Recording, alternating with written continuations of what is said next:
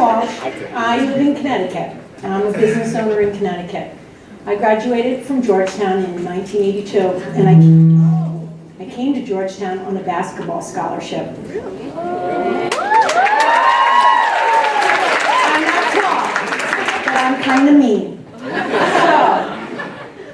I'm here to tell you that you can do it. I met Pat McQuaid a bunch of years ago at a luncheon in Connecticut, and she asked me if I would speak with one of her girls that she knew that worked for her. And I said, sure, I'd love to speak with anybody. And that was a bunch of years ago, and since then, I've been meeting with GSP kids on an individual basis. I think you see in your emails the fall Fridays, the spring Fridays. Christine, what do we call them now? One-on-one with an alum. One-on-one with an alum. So I do those. Those are individual meetings, and I also do group meetings where we get together, a group of 5 or 6 people, and we talk about whatever your biggest challenge is and how to overcome it, what you could do to facilitate a better outcome, what opportunities are on campus that will help you get through a certain situation. So it's really beneficial. It's open to everybody. And I'm available to anybody, but there's many, many alums that are involved in this program that are available to you. So I really urge you to seek somebody, anybody out. I'm available. You can call me, you can email me, we can text, whatever you need. I'm on campus multiple times a year, and I meet with a lot of kids. And I think I met with a group of girls today. Where are they? Was it a good thing? Amazing. Amazing. Scale of 1 to 10? 20.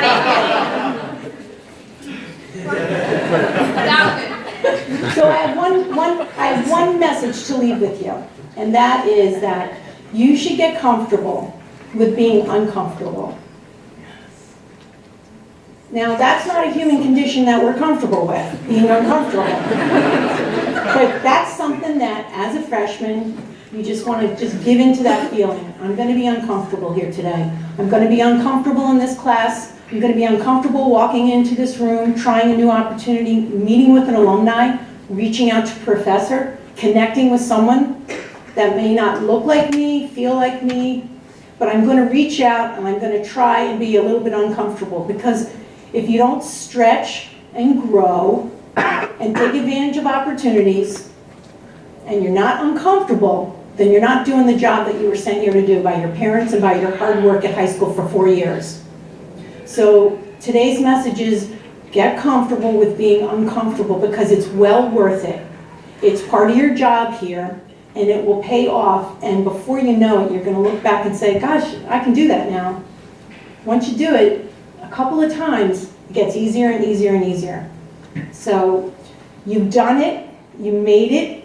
The first semester is one of the toughest, and second semester is better than first semester. And it gets better and better. And if you can't do it, or if you think you can't do it, come and see me. Or come and see Missy and find me. But everybody in this room is here for a reason, and you all have a mission. And you were placed here for a reason, and it's your job to seek and find and grow and be a little bit uncomfortable. Thanks very much. I'll see you all soon. With poetry, if you hear something that you like, I need you to snap, all right? I just need you to snap. Don't be shy, I need you to snap, all right? All right, my poem is called I'm Not Alone. August 25th, 2012, I hit the road with my godfather, his friends, my friends, and my beautiful, gorgeous mother. We were on our way to Georgetown University. It was moving day for the freshmen. Some of you may agree with me when I say that it was an exciting yet emotional day for all of us.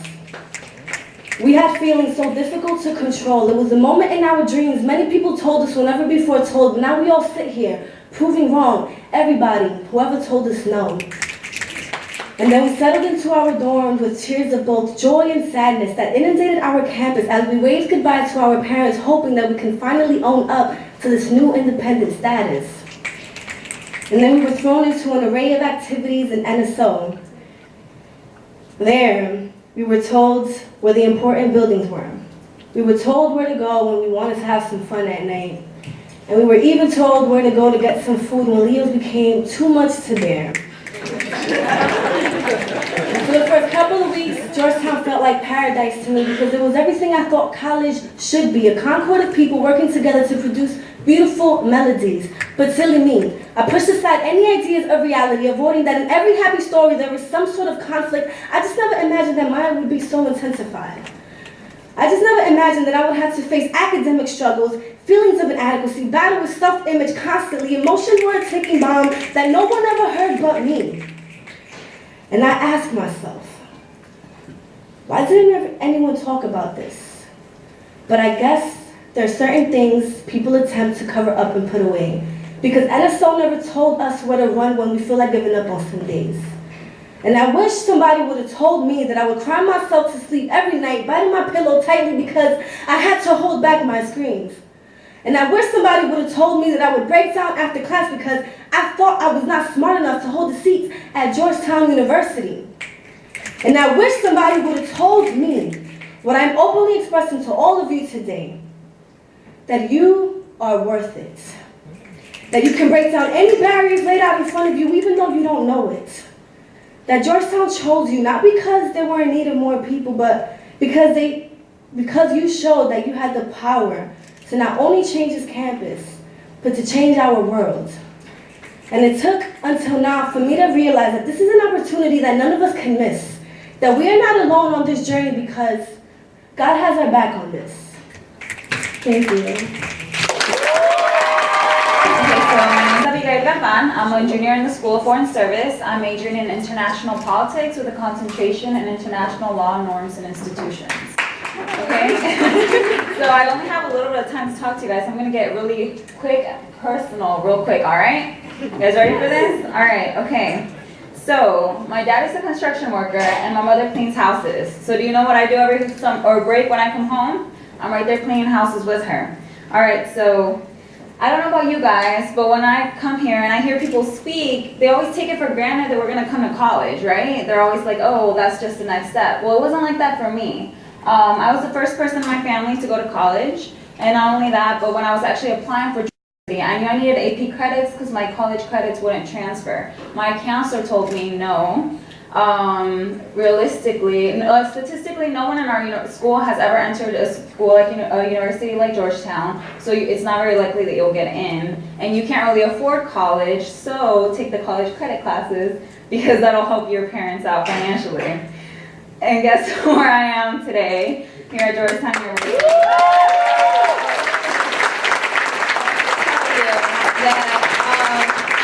If anyone has ever doubted in you, or even if you have doubted yourself, like, you're here for a reason, and you're here to thrive, okay? So once I got here, it was kind of like the poem. It was a wonderful experience to be here with everyone, but it ended up being a lot more difficult than I had thought it would be. I wasn't expecting to be as homesick. I wasn't expecting to feel like I didn't necessarily fit in. I used to be like a straight A student. I would like study, but I didn't necessarily have to study as hard because I would just like retain the information. But here I was spending hours awake at night doing the readings, and I would show up at class and I couldn't even speak up because I couldn't even like remember what I had read, nor could I articulate what I was trying to say. I started to stutter. I don't stutter. I might be stuttering a little bit right now just because I'm nervous, but I would like stutter when the professor would talk to me, and then like I would start to get like sweaty and I would get nervous, and I was like, what is this? Like, I've never been like this before. So it was a little nerve-wracking, and I would like doubt myself a lot, and I would be like, maybe I don't deserve to be here. Maybe it was a mistake that I got here. Maybe it's a mistake that I'm here. I would like look on Facebook and I would get like really upset because I'd see my friends at like their state schools, 4.0 GPA.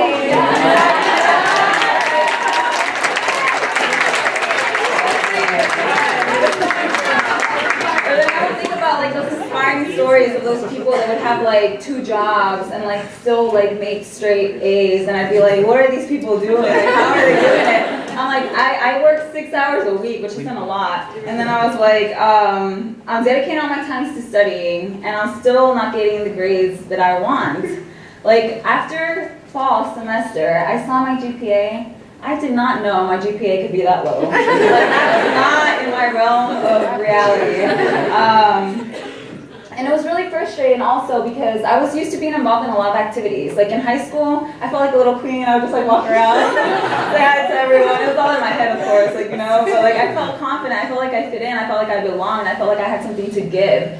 And like here, I was struggling to even like attend like freshman, like you guys have the NSO week, we have NSO, and I like signed up at everything at SAC Fair, and then like I wasn't even able to attend everything that I wanted to go to. I was just like struggling to like finish my classes, like get my work in on time, like, you know, just go to work, do what I had to do. I would like stay home up at night a lot of times, crying myself to sleep, calling my parents.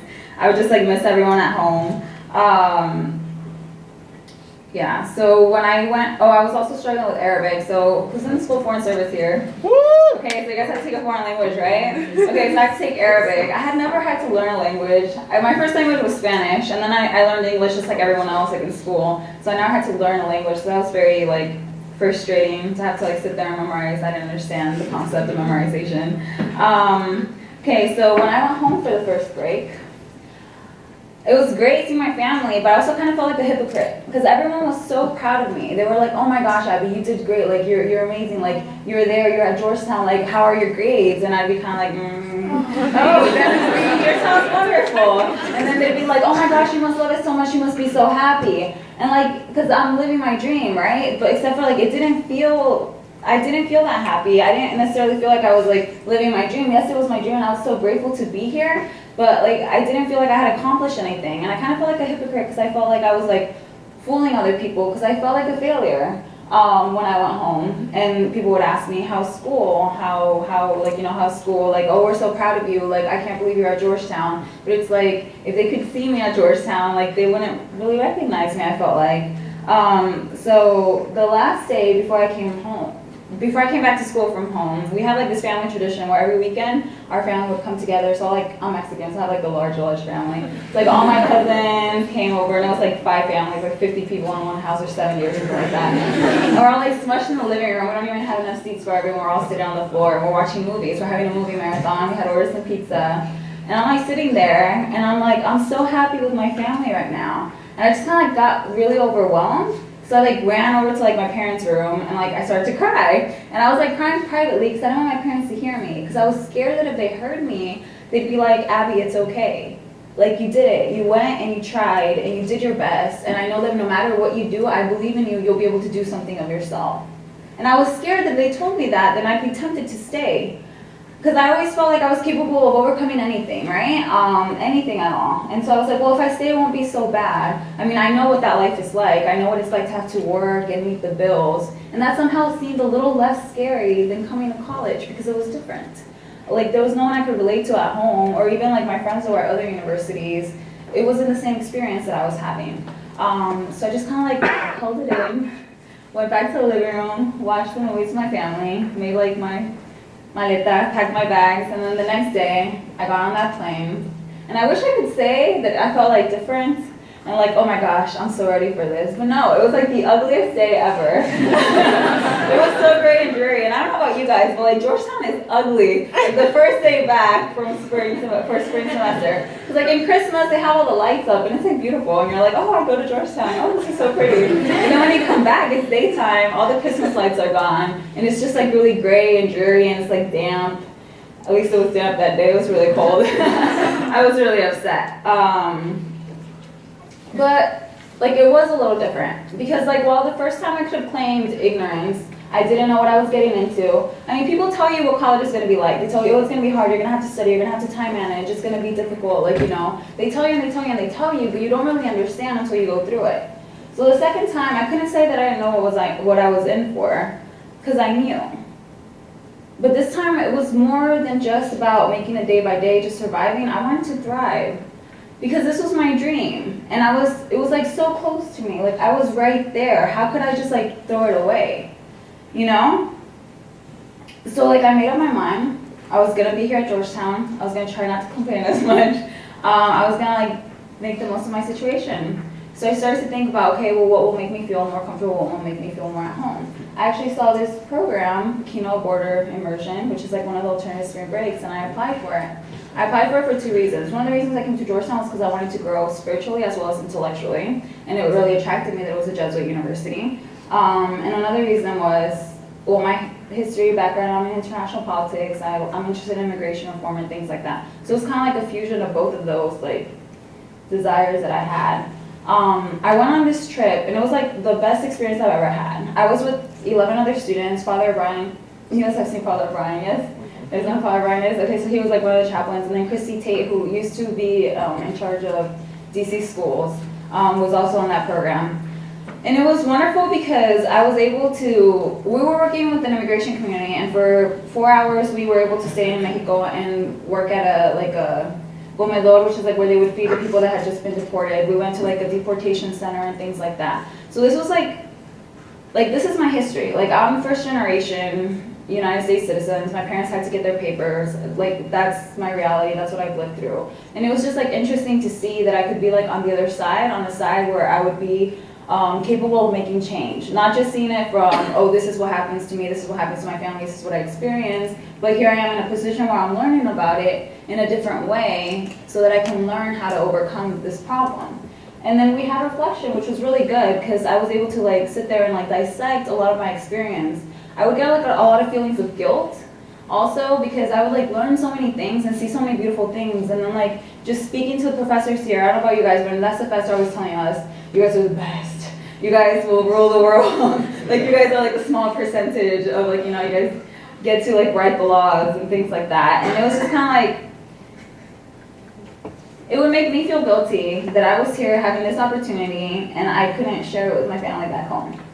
Or that like my sisters don't have the same opportunity. I'm like the second oldest. My older sister went to a vocational school. Well, she got a technical degree on nursing. And then my younger sister did go to college, but the little one couldn't go because I was on a full ride here, so my parents didn't have to worry about that. But they took out loans for my sister that's 1 year younger than me, so they couldn't afford to take out loans for the little one.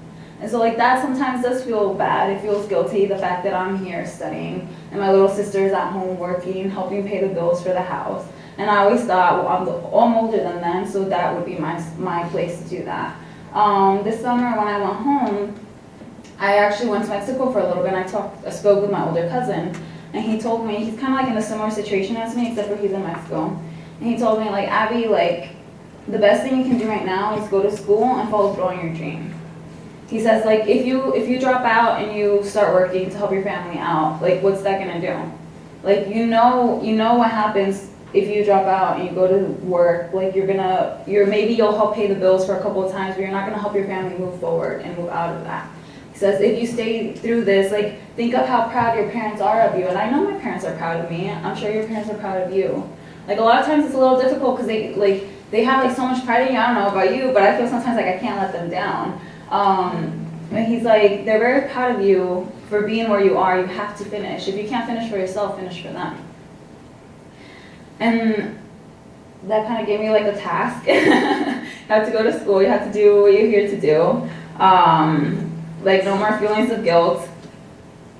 So actually, after joining Kino, it was great because that was the first time I felt like I found my community. So in Kino, I guess we bonded because of the experience we were going through. I'm not really sure what happened. I think it was just like, God was like, well, this girl's lonely, let's give her some friends. I have friends, but like, I don't know. Like, I have friends, but like acquaintances that I can really like relate to, and I don't always feel comfortable sharing like my life story with people because I feel like it's like they can't relate to it.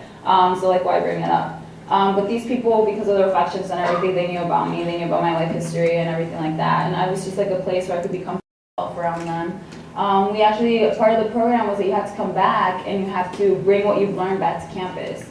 So we put on 2 projects. One was we built a fence and we took pictures of our experience and we put it on Red Square. And then the other one was a program where we compiled like narrations of the stories we had heard and we read them aloud along with like facts and information for people to learn. So we had these 2 projects. I was in charge of the wall project with another senior. And then no one had really like assigned designated jobs for the second project.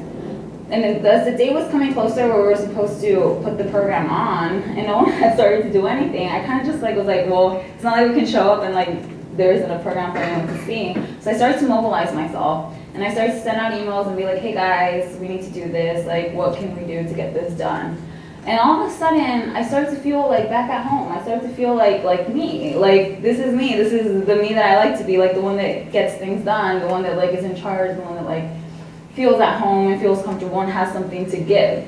So that was, like, a wonderful experience for me. That was the first time I felt like I had truly come into my own here at Georgetown University. And ever since, it's been, like, moving up. So currently, I'm the regent of the Catholic Daughters on campus. Before I couldn't even like join any of the activities or clubs, I'm now president of one. There's one of our daughters right there, calling you out. Okay, sorry. So when I first joined the program, there were 6 girls. When I was vice president the sophomore year, it grew to 12, and now there's about 30 girls. We have a lot of activities, and a lot of, we can get back to the university in a much bigger way than we were ever able to do before with our smaller numbers. I work for a Catholic chaplaincy, and I love my job because we have a lot of conferences and things that we put on, like Love Saxa. I'm very busy, but I like being busy. And I'm also helping on the Augusta campaign. I can't say anything now, but I will be looking for you all. Okay? So I guess I just want to tell you guys that you can get where you want to be. Think about what you want. Because when I had a vision of myself at Georgetown, it was a certain way. When I came here, it was different. It wasn't as great or as glamorous as I thought it would be. But like I always still kind of kept that dream in mind. Okay, so you guys actually, I commend you guys for 2 things. 1, you guys were here the first time. You guys made it through those doors. And 2, you guys came back. Like a lot of students don't come back for the 2nd semester. And you're never able to see your true potential until you've like crossed past that and like, you know, moved on and made something of yourself. So like, thank you for all being here today. Please keep in mind that like, you guys might want to be busy, you guys might want to do all these things, but like school's first. So like, I have to limit myself. Like sometimes I won't look at my email until I'm done with my homework because email can be a full-time job. Emails take up a lot of time. Also like, if you need to take time off work, take time off work to get your schoolwork done. You're here for school first. And if you're like in a leadership role in one of your teams, like it's okay to like let other group members do some of the work. Okay, so don't spread yourself too thin. And I guess I want to leave you with a little bit of advice. Okay, so at one of the homilies freshman year, Father Brian said, all of you sitting here today are privileged. He said every single one of you. It doesn't matter where you come from or what you go home to. The fact that you're sitting here right now, the fact that you're getting the education here with the sons of diplomats, with past presidents, like Princess, the same education that they're getting, you are getting. So you have an obligation not only to yourself or to your family, to your loved ones, but to everyone that has ever believed in you to do something of this opportunity.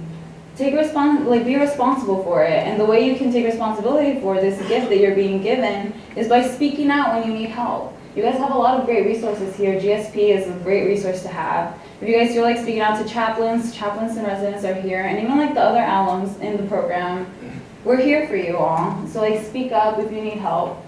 Seek help when you need it. Know yourself. You owe it to yourself to take advantage of this opportunity that you're being given. Not everyone gets this chance. Think about everyone back home that would love to be sitting here, or that you would love to have here with you, but you can't. So I thank you all for being here today. Great job getting this far.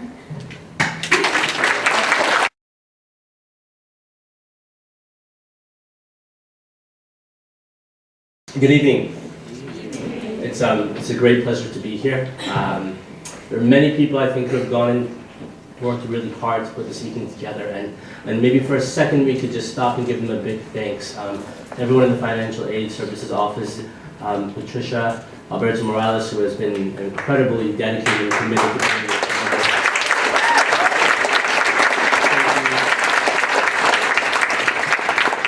To my fellow Georgetown faculty members who I know are committed mentors to this program, I'm sure all of you are very grateful to have them around. I know personally I'm especially happy to be here, both because I'm an alum of this university and because if a program like this would have existed 16 years ago, I would have definitely been sitting where you're sitting now. I would have actually been the mascot for a program like this. I'm capable of checking off all sorts of different boxes. I think of myself as being the sort of financial aid admissions officer like sort of dream candidate. I have so many great things going for me. I'm an immigrant, so that gets off in one sort of box. And when I came to Georgetown, I was an international student. At the same time, even though I lived in America since I was 2 years old, I got to be black, not Hispanic, which was another great benefit. I was first generation college, and I came from a predominantly working class family. And coming to Georgetown was, for me, sort of an incredible dream. And I was thinking that, that idea that you could be fit into all these boxes reminded me of my freshman year in high school. And I went to a predominantly all-white Catholic, very privileged school, and I was able to go because I was there on a scholarship. And my freshman year, a photographer was going around taking photographs for the school's brochure. Can everyone hear me back there? Is there like a weird echo? Okay. And he walks into my history class, and I'm the only minority student in pretty much every single class, and he sees me, and it's it's one of those like almost love at first sight. Thank you, I found you.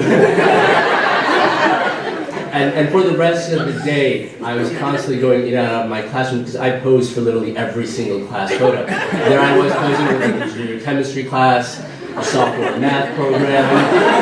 I could have been a football player, possibly, I don't even know. And I was wondering if I could go back and find that brochure, if anyone was like, where did that kid manage to do all those things? This person. And so we do have these categories and all these sort of labels that tend to define us. And it seems almost by the fact that we're all gathered here, that we are easily lumped together. And yet, at the same time, I think we can all sort of acknowledge that it's not true. I think everyone here in this story has a story of what it means for them to be here. A story that is, by and large, pretty different from what we consider to be the Georgetown norm, as much as something like that actually exists. But I think we should make something also especially clear, and something that I know is probably obvious to every one of you. And that's that, for safety's sake, let me say what should be obvious. There is no first generation to Georgetown story. There is no immigrant to Georgetown narrative.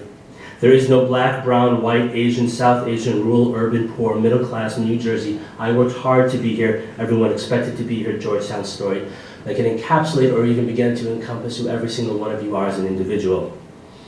And at the same time we have all these facts and data about you. So before coming here, I thought that I knew a fair amount about you.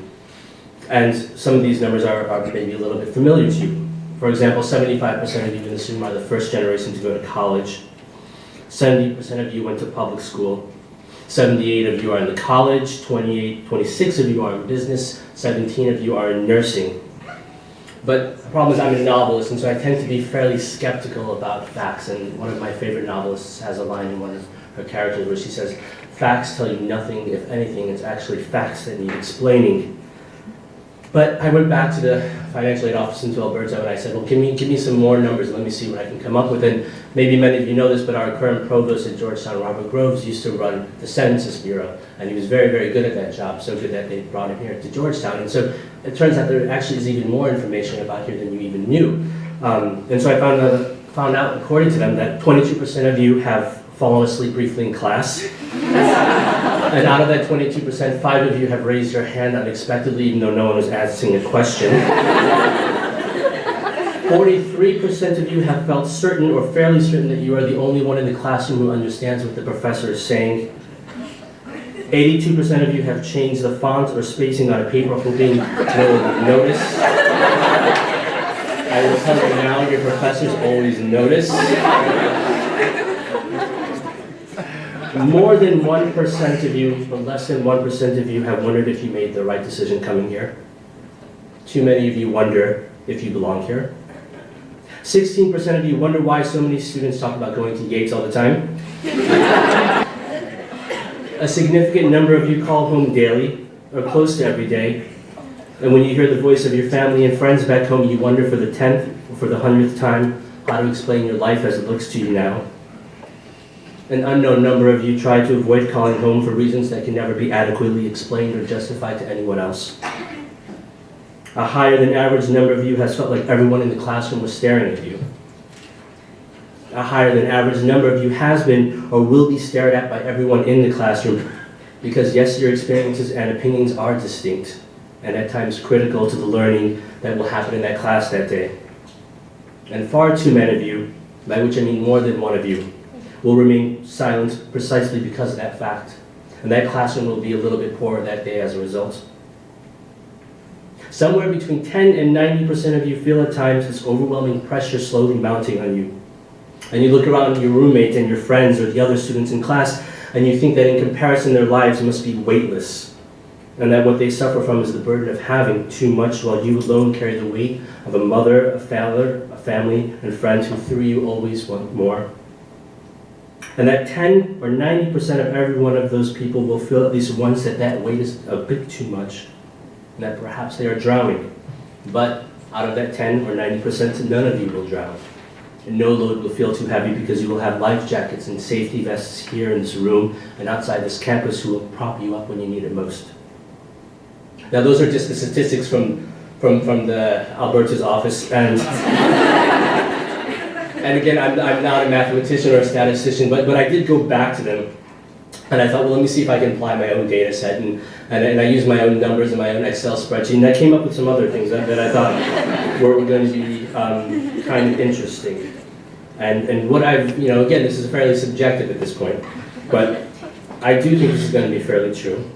What I'm certain of, knowing my own experiences here, is that at least one of you will have walked onto this campus at the start of your freshman year knowing that what you said you were going to study and do all along was in fact only a cover, and that nothing is as certain as it seems. At least one of you will spend as much time as you can your freshman, sophomore, and perhaps even junior year as far away from this campus as possible, because while it's beautiful and it's nice, it feels far too removed from the real world. And you will wander through the city of DC hoping to find something to connect to that reminds you of home, but nothing will feel that good. And so you will walk out seeking high places across this campus in order to have a perspective that lets you see your life more clearly. At least one of you will have stared down a final exam in your first semester, possibly in economics, possibly when you were still a student in the School of Foreign Service. And possibly you wondered by chance if you weren't in the wrong exam room, or if your professor hadn't suddenly developed a strange sense of humor and traded in as an econ exam for one in physics, or chemistry, or Farsi. At least one of you, or perhaps many of you, will wake up from a midday nap, or far too early on a weekday, hours before your first class, thinking of the friends you loved and grew up with, the ones who waited for you outside the private high school your parents forced you to attend, even though between the two of them they worked 3 or 4 jobs and they still couldn't cover tuition. And those friends were there because they were ready to take down anyone who called you a nigger. And you will think of those friends often with gratitude and sadness, and you will wonder how much was luck and how much was will to have brought you here. You will unconsciously search for faces familiar to theirs across campus, because you worry about the time and distance separating you between who you were and who you were becoming. At least one of you will receive a letter from your dean after your first semester expressing concerns over your academic record, which 15 years later was probably not as close to a 3.0 as you would like to remember. And you will tell yourself that you studied hard, attended many, the majority, more than half of your classes. And while you're reluctant to admit it now and even then, you know deep down inside that the real problem was that you were only half there. That even though your body was physically present, you're keeping your attachments to a minimum. At least one of you will go to an ATM machine in the Marriott Hotel lobby here on campus because it used to have the lowest fees, and it would let you take out $10 at a time. And you will find that after you withdraw $10, you have exactly 1 penny left in your bank account.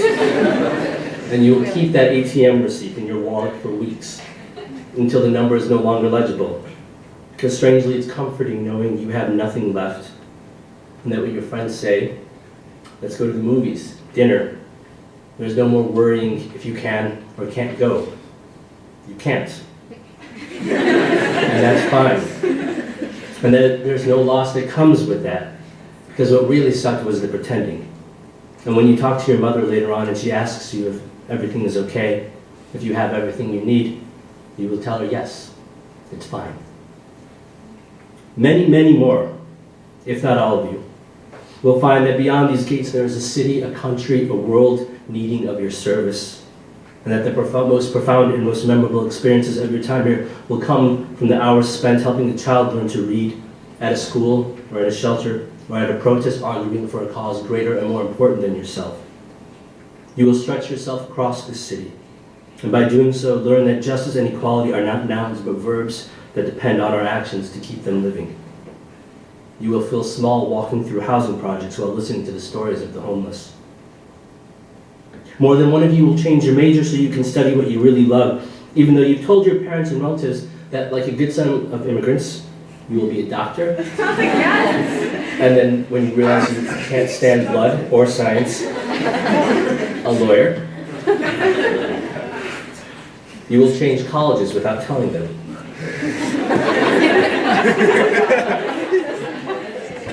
They will not forgive you for many years. But that's okay, because you will take a job working in the library. And you will work there for hours and hours because it gives you unfettered access to books. And more than one of you will get another letter from your dean.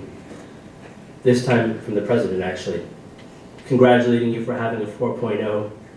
And this time you will be home to receive the letter. And this time you will keep that letter hidden from your parents for weeks, because only you know what it took to earn that. And you want to keep that victory to yourself.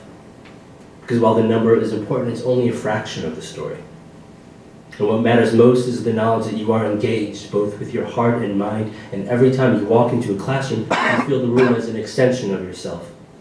The learning feels intimate, personal, and above all, it will feel necessary.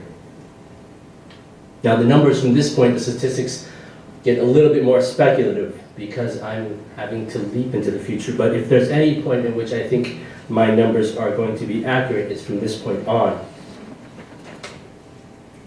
Every one of you will make an impact on this university. You will transform it, grow its small and large, subtle ways, and this campus will be a richer and more interesting place because you are here, and you claimed it as yours, and you did your best to make it better. Every one of you will graduate, but we can't predict or guess what that will mean to you, because that will depend on what you do here for the next 3 years. How you see your education and how you choose to define your role here. And so perhaps the only truly factual thing I'm going to say, and I say this as an alum and professor of this university, as someone who once walked through the gates of this university, imagining the day he would never return, and who now feels a sense of gratitude and joy every time he does, who comes back year after year because he finds his attachments to this university growing deeper and deeper with time, is that this university needs you. It doesn't need your ethnicity or your demographics or your income bracket or your geography. It needs you. The kid from, say where you're from, please. Who's studying what?